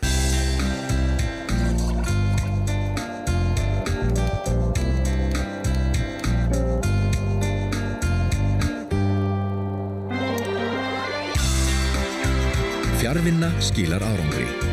Síminn. Brilliant. Laugavegi, Kringlunni og Smáranum. Brilliant. Góð hugmynd.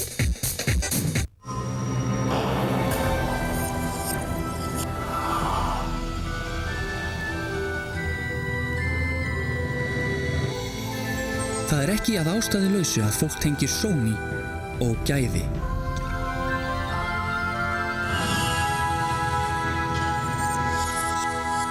Sóni-setrið, þar sem þú kaupir Sóni.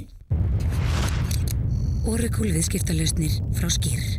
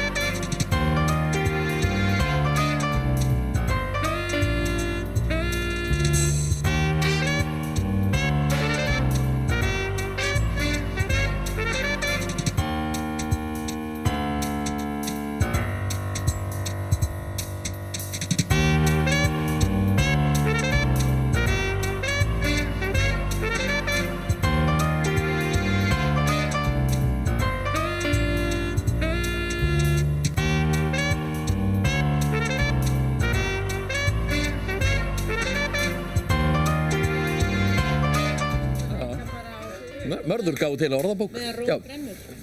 Jæja, höldum hér áfram ótrauð og nú það prófkjörið aftur. Hér eru komin þau Guðlaugur Þór Þórðarson sem að vann fenginan sigur í þessu prófkjöri, náðu 7. sæti. Katrín Fjeldsted sem að, já það er nú ekki hægt að segja þú hefur unnið, ekki hægt að segja þú hefur unnið mikið sigur Katrín. Og Sigurður Kári Kristjánsson sem að, já, ruddi þarna kvöldið og undan sér niður fyrir 2 þingmönnum, Guðmund Hallvarðsson og Ástu Möller, fyrir utan Katrín og Láru Margréti sem að lentu enn neðar og telst líka að vera sigurvegari. Ég spyr mér nú bara fyrst Gulli, þú fær 75% greiddra atkvæði, það ekki hátt í það? Jú. Í þessu prófkjöri, það hlýtur að teljast nokkuð góður árangur. Jú, það er ekkert að neita því að maður er afskaplega þakklátur fyrir þann stuðning sem maður fékk og hann er náttúrulega ótrúlega mikill og ég bara vona að ég standi undir því trausti sem að Sjálfstæðisfólk veiti mér í þessu prófkjöri en úrslitinu er öll mjög ánægileg og ég held að þetta sé mikill sigur fyrir Sjálfstæðisflokkinn þetta prófkjör. En finnst þér þetta góð niðurstaða? Já, ég held að þetta prófkjör er nú mjög sögulegt. Almenna reglan er þessi varðandi prófkjör og menn hafa haft áhyggjur af því að það verður litlar breytingar og það er alltaf, virðist vera eins listanir fyrir og eftir prófkjör. Þetta prófkjör sýnir að það er gríðarlegur kraftur í ungu fólki í Sjálfstæðisflokknum og menn hafa nú kannski verið að bíða eftir nýjum kynslóðum svolítið á vettvangsstjórnmáluna og hér er þetta komið og ég man ekki eftir sambærilegu prófkjöri hvorki á Sjálfstæðisflokknum eða sambærilegu flokkum frá því að prófkjöri voru tekin upp. Já, heldur það sé ekki verið? Er þetta sögulegt? Já, þetta er alveg klárlega sögulegt. Það verður þarna ákveðin kynslóðaskipti í þingliði Sjálfstæðisflokksins og þetta er svona þróun sem hefur verið að gerast.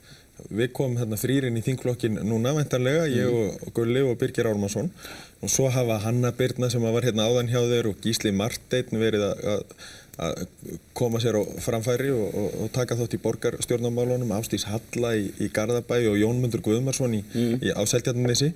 Þannig að það er rosalega gerjun í Sjálfstæðisflokknum og ungt fólk er að brjótast þar til áhrifa. Í meira mæli en annars staðar tilurðu? Augljóslega, ég menna, þú sér hvað kom út úr prófkjöri Samfylkingarinnar. Þú máttu ekki gleyma Þorgerði Gunnarsdóttur. Þorgerði Gunnarsdóttur sem var hérna. Þetta er alveg frábært, ég held að það sé mjög góð þróun fyrir flokkinn. Ég spyr þig einfaldlega, hvað finnst þér niðurstöðurnar? Já, sko, fyrstu vonbrigðin fannst mér eiginlega hvað þáttaka var lítil. Þetta er innan við 50% þáttaka sem þýðir það að niðurstaðan er ekki bindandi. Þannig að kjörnefnd á eftir að fara með þessar niðurstöður og síðan fulltrúaráðið í Reykjavík. En það er alveg ljóst að það koma þarna inn 3 ungi menn og það má segja að þetta sé ár karlana, ef svo má segja. Það eru viss áhyggjuefni með stöðu kvenna þó að ég hafi kannski ekkit endilega verið að hugsa það fyrirfram í þessu prófkjöri.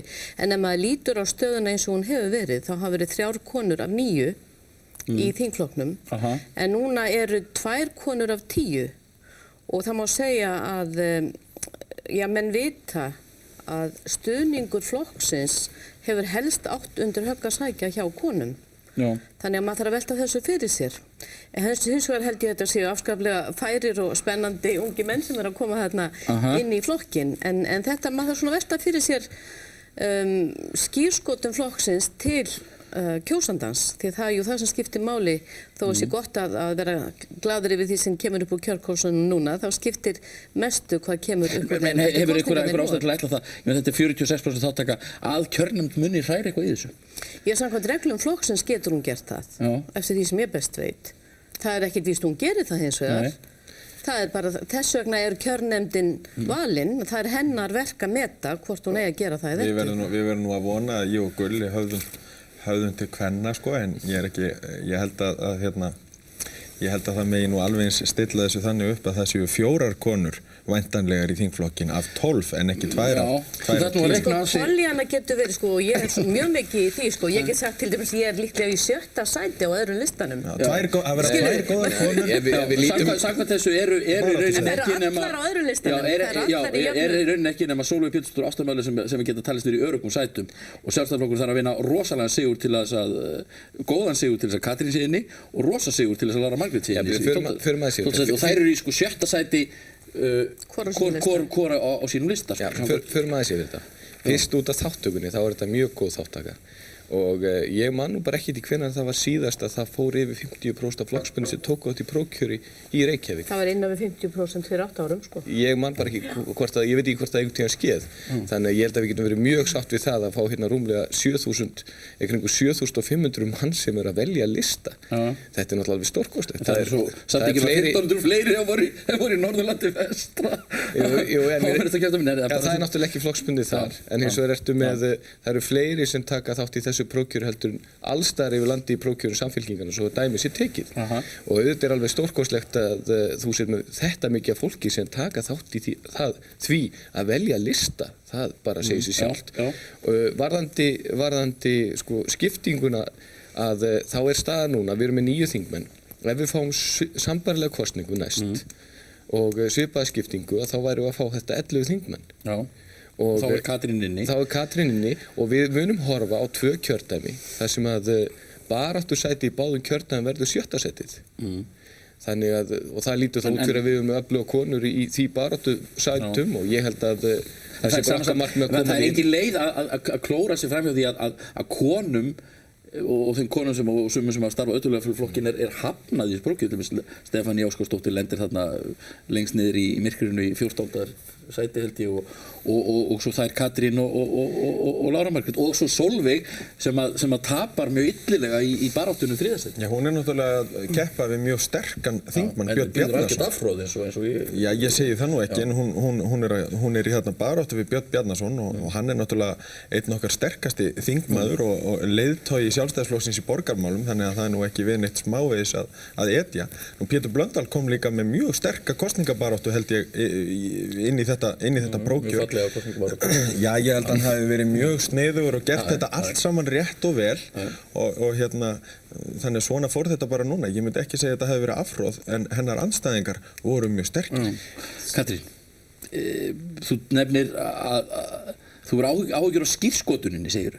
Já, sko, ég lít svo á til dæmis að þau sjónarmið sem ég hef reynt að tala fyrir innan Sjálfstæðisflokksins sem meðal annars er hagur þeirra sem minna mega sín. Ég meina það er bara eðlilegt hafandi verið borgarfulltrúi í 12 ár og vera læknir sem hefur unnið með sjúklingum þá hef ég eðlilega innsýn inn í þá veröld og sömuleiðis hef ég verið talsmaður umhverfissjónarmiða sem að ég held að skipti mjög miklu máli að Sjálfstæðisflokkurinn beiti sér fyrir og breyti sinni stefnu í og það skipti líka máli upp á fylgi flokksins í kosningum. Ég meina ef við erum öll á sömu línunni í öllum málum þá erum við bara 10% flokkur en það hefur verið styrkur Sjálfstæðisflokksins og þess vegna hefur hann verið stór að hann hefur verið með þetta svigrúm í öllum mögulegum málum, ekkert endilega bara þessum. Í kvótamálunum, í Evrópumálunum, sko, nefndu það.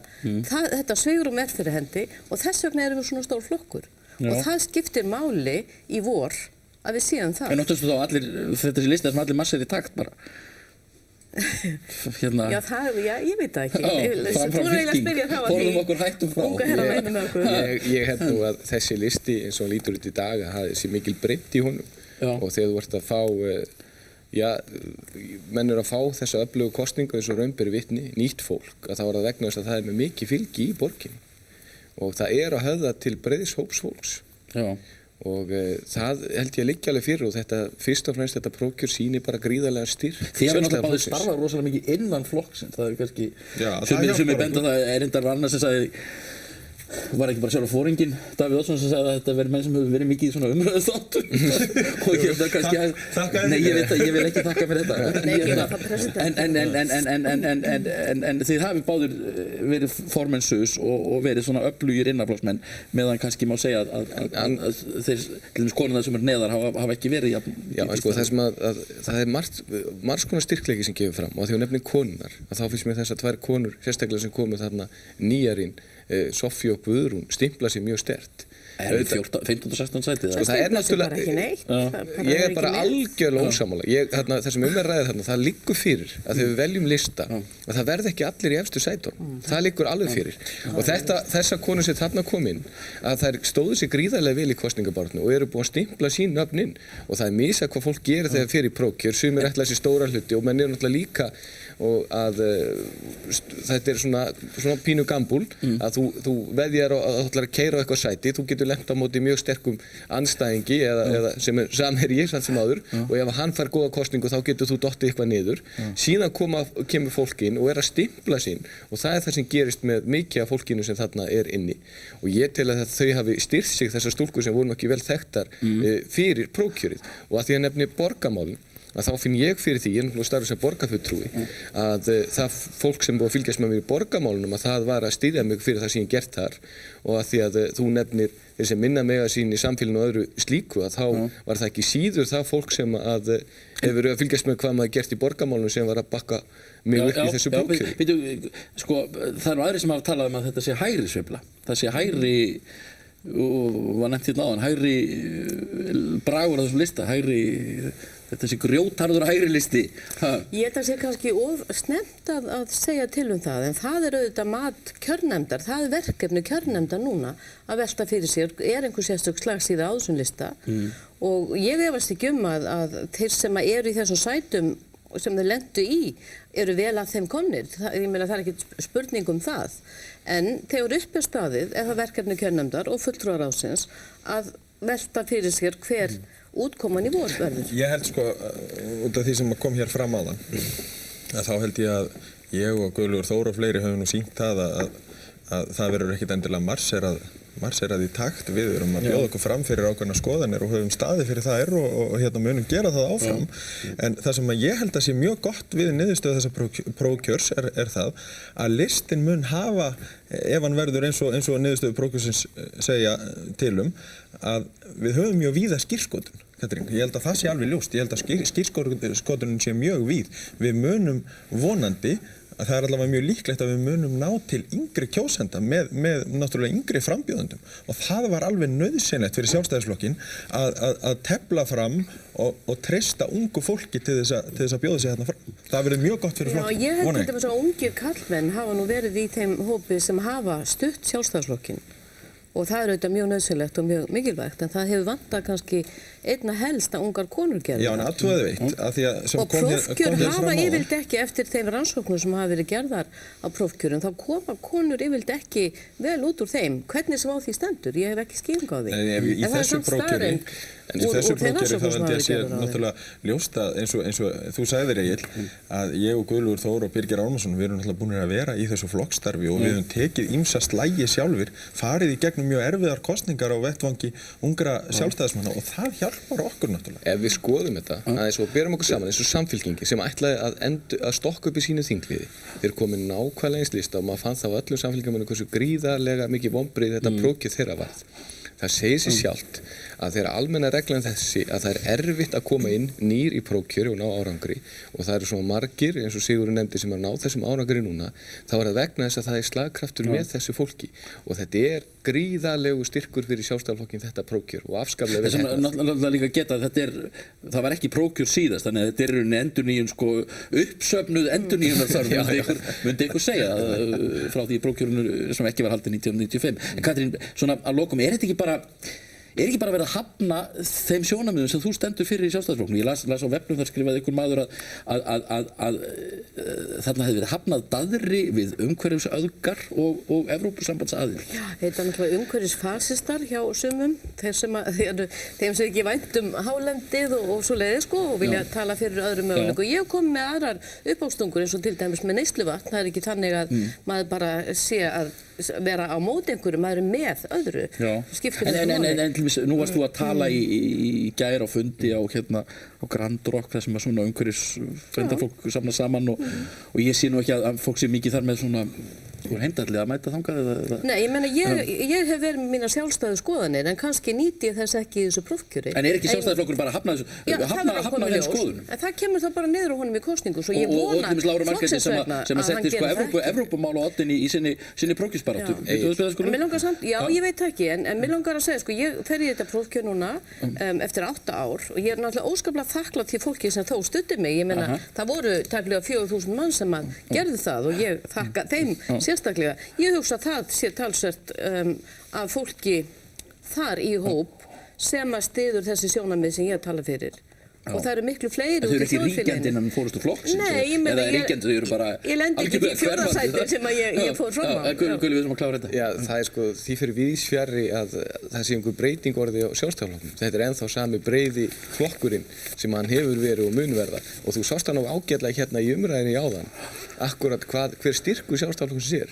Þegar hann Stefán var ræða hérna þriðju leiðina og svo framvegis að það er ekki pláss fyrir slíkt vegna þess að við erum þessi breiði flokkur sem að aðrir reyna að kópera hérna í Evrópu og þetta er ekkert annað styrku fyrir Sjálfstæðisflokkinn þetta prófkjör og við munum fara vígreif í næstu kosningar og reyna að koma baráttu fólkin okkar í 7. sæti. Ég er sammála þessu og hérna ég vil bara benda á það sko hérna og Katrínu kannski sérstaklega að margir af mínum ötulustu stuðningsmönnum voru einmitt ungar konur og hérna og konur á miðjum aldri, þannig að ég held að við þurfum ekkert að hafa neinar áhyggjur. Kvenhillin sé alveg í lagi. Eitthvað við þetta með þetta?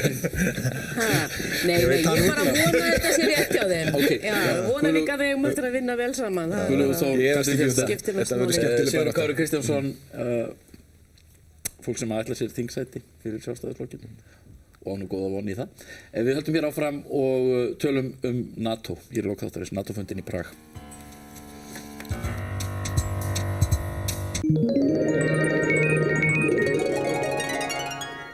Skjalaskápar, skúffuskápar, teikningaskápar og hólfaskápar.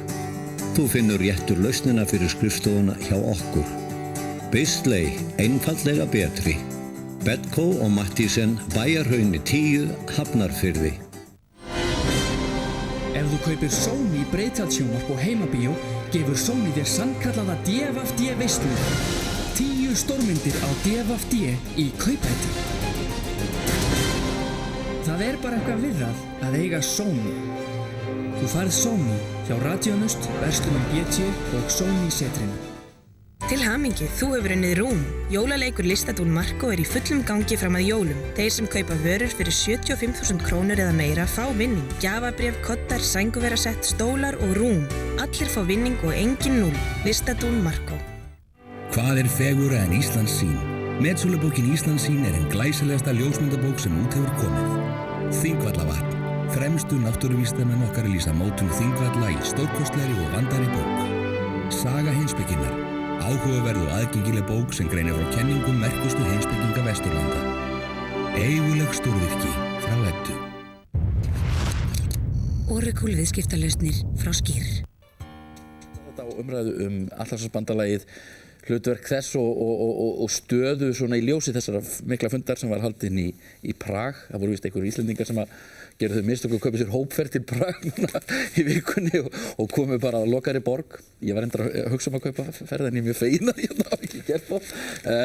Og síðan berast tíðindi af þessu fundi og við ætlum að ræða þau, Óli Tínes, blaðamaður og fréttamaður til margra ára og Ögmundur Jónasson, alþingismaður.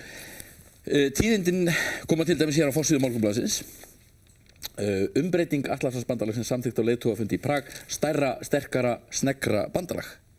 Og nú er þetta komið á forsíðu Morgunblaðsins. Ögmundur, er þetta rétt túlkun? Já, ég held það. Í fyrsta lagi þá er NATO að stækka. Ekki alls fyrir löngu bættust 3 ríki í þennan félagskap og það eru boðuð fleiri núna næstu árum, ríki sem áður tilheyrðu Varsjárbandalaginu, þannig að bandalagið er að stækka. Það hefur komið fram krafa aukin útgjöld til varnarmála sem þið kallaði, hernaðar útgjöld, það fari upp í 2% hjá ríkjónum af vergri landsframleiðslu og þetta eru verulega aukin útgjöld. Já. Það er gert ráð fyrir nýju skipulagi, viðbragðsherafli sem þeir kalla, þannig að það verður eflaust sneggra líka eins og það segir, þannig að ég held að þetta sé rétt lýsing. Eitthvað talaði samt barnslega túlkun Morgunblaðsins á þessu öllu. Morgunblaðið hefur oft verið svona barnslega glatt yfir Atlantshafsbandalaginu. Óli, hvað finnst þér niðurstöðu þessa fundar? Er þetta merkileg tíðindi?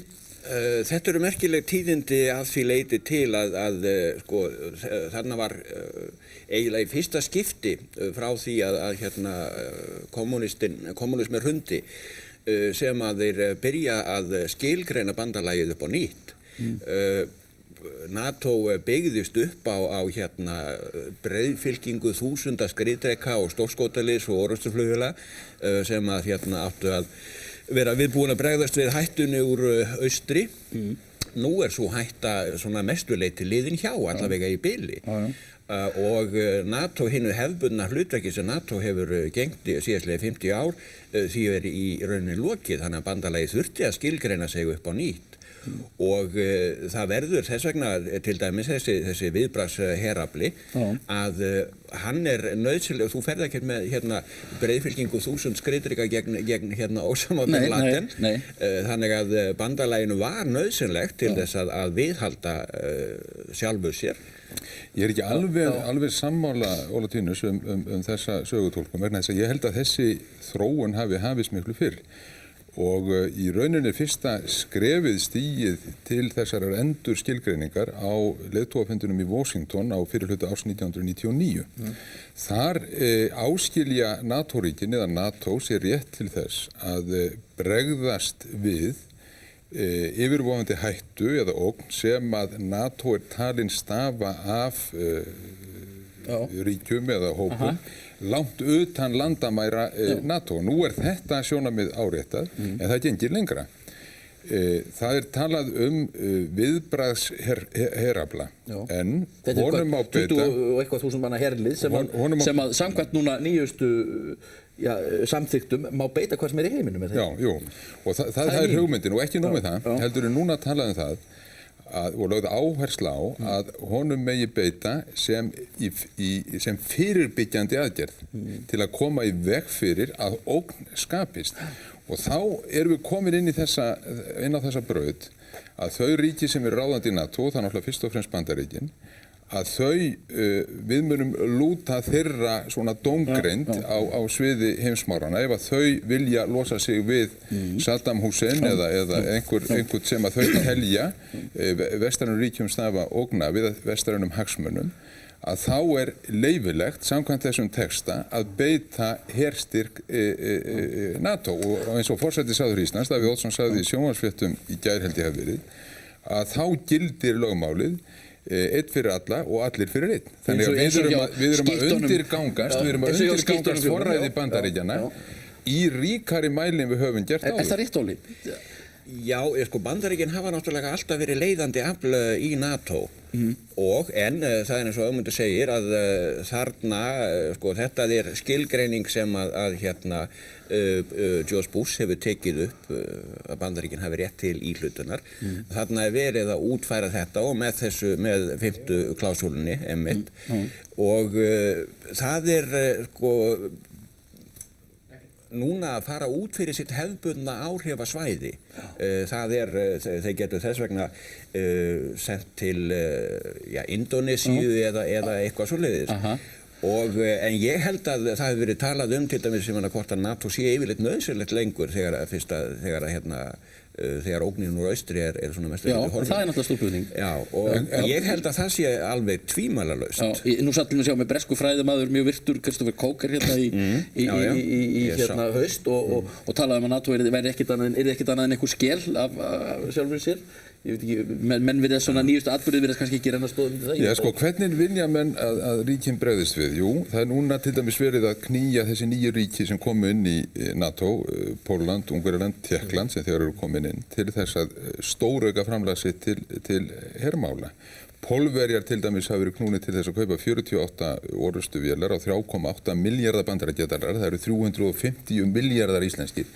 Og við erum að verða vitni af mestu aukningu í hernaðaruppbyggingu á síðari árum. Aukning til dæmis Bandaríkjanna til hermála nemur 20% að raungildi á milli ára. Þetta meira en síðan á Víetnam dögunum. Og menn að bregðast núna við nýrri ógn sem þeir skilgreina sem svo af hryðjuverkum. Hvernig? Jú, með því til dæmis að auka að ráðast í stjörnustríðsáform. Kemur í veg fyrir hryðjuverk með þessum hætti. Í textanum frá Prag einnig vikið að nauðsyn þess að efla varnir gegn eldflauga árásum. Og þeir segja það sérfræðingar hjá International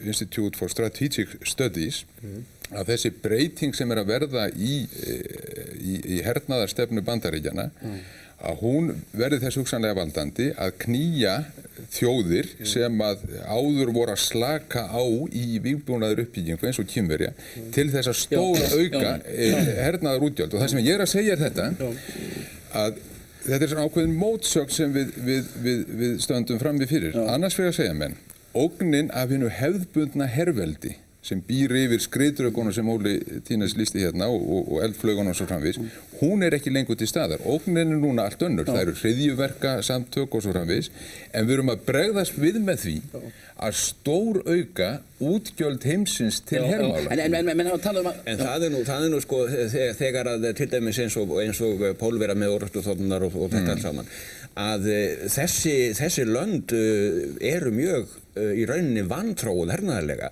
Þau eftir hrun kommunismans og eftir hrun Sovétríkjanna að það voru Sovétríkin sem héldu þessum leppríkjum sínum uppi með hergögnum og svoleiðis og síðan hefur þetta bara verið í niðurníðslu. Og þannig að þetta í rauninni endurnýjun á herafla sem var orðið nauðsynleg og það þó að ógnin sé breytt þá verður að eins og bandalagi skilgreinin núna þá verður að geta brugðist við hvar sem og það er hátækni hernaður eins og við sáum að Afganistan var nánast eins og videogame að það voru flugvélar sem að ruddu brautina og herinn, eins og til dæmis þetta 20.000 manna bráðalið NATO, hersveitirnar þurfa ekki vera jafn stórar og áður, en þær þurfa að hafa mikla tæknilega yfirburði. En það þessi krafa að Evrópuríkin vígbúist og það náttúrulega þetta mikla gap milli Bandaríkjamenn eru með tvöfalt stærra á þessu sviði en Evrópuríkin samanlagt. En sko þegar talað aukin fjárframlög til viðbúnaðar þá það ekki til þess að stækka herinn. Þetta ekki til að stækka herafla vegna þess að heraflinn verður minni en það með þessari tækni, með þessari hátækni sem hún svo ofboðslega dýr.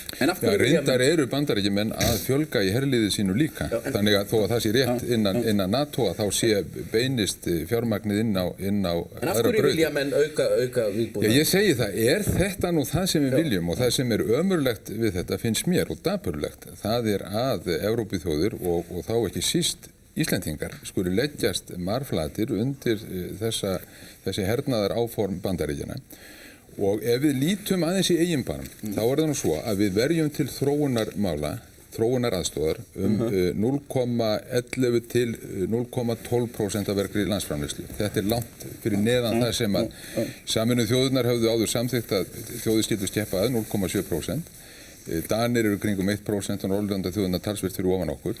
En í stað þess að auka þetta, reyndar eru við að skera aðeins niður á þessu ári til þróunaraðstoðar, en í stað þess að auka þetta, þá koma forráðamann Íslendinga núna fram í fjölmiðlum og segja nokkuð stoltir að árið 2006 þá þið búið að koma því þannig fyrir að við verjum 0,1% til útgjalda sem að flokkast undir þáttöku í hernaðar starfsemi. Hvernig það? Má ég aðeins ljúka þessu? Hvernig það? Jú, þá það ekki síst til sveita, friðargæslusveita sem voru boðaðir hér í Alþingi undir fölsku flaggi, undir fölsku yfirskinni.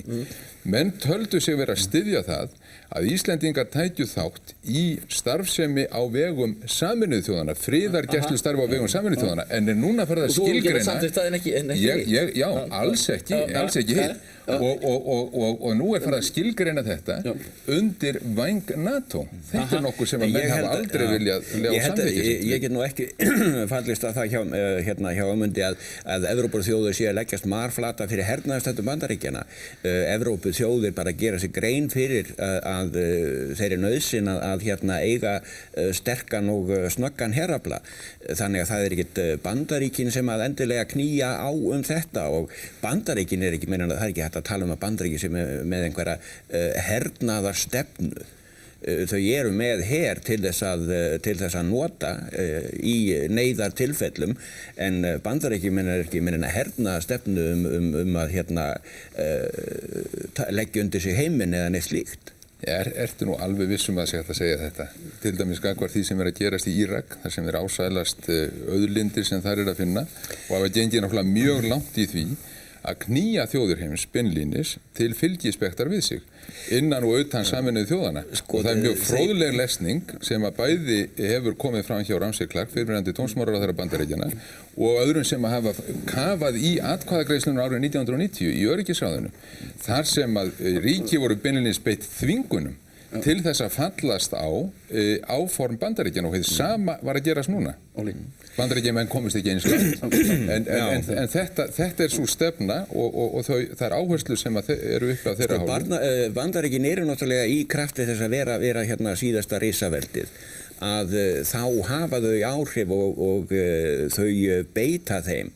En sko hernaðarstefna per se, og auðvitað eru lönd beitt þrýstingi. Við beitum lönd þrýstingi, ég meina það beita allir þrýstingi til eigin hagsmuna, og að þeir sé ásælast einhverja auðlindir í Írak. Ef þau var ásælast einhverja auðlindir í Írak, þá var þau búin að semja við Saddam Hussein og kaupa af honum olíu. Þeir ætla kaupa neitt, þeir ætla bara að fá það. Já, nei, þeir yfirtaka ekkert olíulindirnar. Írak verður endurreist upp á nýtt, og þetta er svona þetta er út af olíuna, þetta er allt út af olíuna, þetta er allt peningasegum, en það er náttúrulega bara fyrra. Því að Írakar það er nóg til af olíu í heiminum og það þarf ekkert Írak til. Bandaríkjamenn hafa ekki keypt olíu af Írak í 10 ár. Það er að vera enda að koma í veg fyrir því kemur á markað. Í Írak er talin vera álíka mikil olíu í jörðu og á Sádi-Arabíu skaganum. En það er einn þáttur í þessu Egill sem að mér langar til að koma í tengslum við hlut Íslendinga. Já. Þú ætlar kannski að koma inn á það? Ég ætlaði reyndar að koma inn á það og kannski fæ ég að flytja smá innganga því. Nei, það var nú reyndar, það er náttúrulega, tengist bara þessari kröfu og nú hef ég fylgst með þessari umræðu í Morgunblaðinu sérstaklega sem að matreiðir þetta fyrir okkur Íslendinga af mikilli samviskusemi, að það er þessi krafa að menn fara upp í 2% af þjóðarútgjöldum í sem sagt varnarmál, hermál, og þessi krafa hlýtur að eiga við Ísland, og Morgunblaðið reyndar kemur alveg út úr skápnum með það að segja að við eigum að taka framvegis meiri þátt í því að kosta herstöðina í Keflavík, og er ekki bara málið í þessu að við höfum verið að fá þetta allt ókeypis hingað til, við höfum verið svona eins og styrkþegar og sníkjutýr utan þessu, og er ekki bara komið tími til að við borgum eins og hinnir. Það hlýtur að vera, við erum náttúrulega í gjörbreyttri stöðu vegna þess að það var lítið meðan á kalda stríðinu stóð, þá var Ísland þetta ósökkvandi flugmóðurskip sem var að talað. Og við fengum allt, og ég meina við beittum NATO fyrir okkur að mikilli frekju og hörku, og bæði hvort sem var í þorskastríðum eða flugheimildir til Bandaríkjanna og svoleiðis. Spiltu krakki? Þannig við vorum eins og spiltu krakki, og það er afskaplega, það er eðlilegt og ég meina óhjákvæmilegt að við verðum að taka miklu meiri þátt í þessu sjálf, og við eigum að gera það, við eigum að leggja til öryggismála til þess að styrkja okkar stöðu.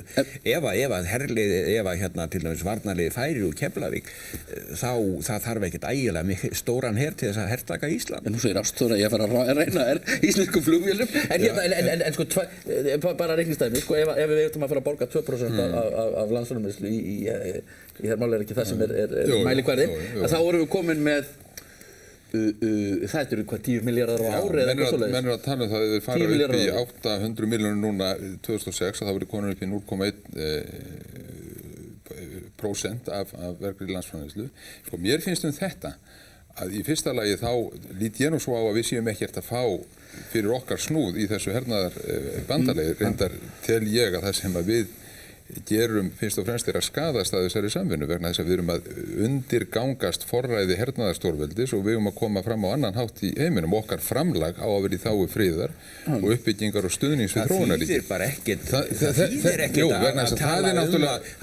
að tala um að sýta hérna uppi eins og fríðarpostular og búast við að enginn geri neitt við okkur. Það er mikil eftirsjá af henni frjálsu rödd Svía hér á sínum tímum, gagnrýnandi, sem er núna horfin inn í Evrópusambandið og verður að tala þar inn rómi með öðrum ríkjum þar.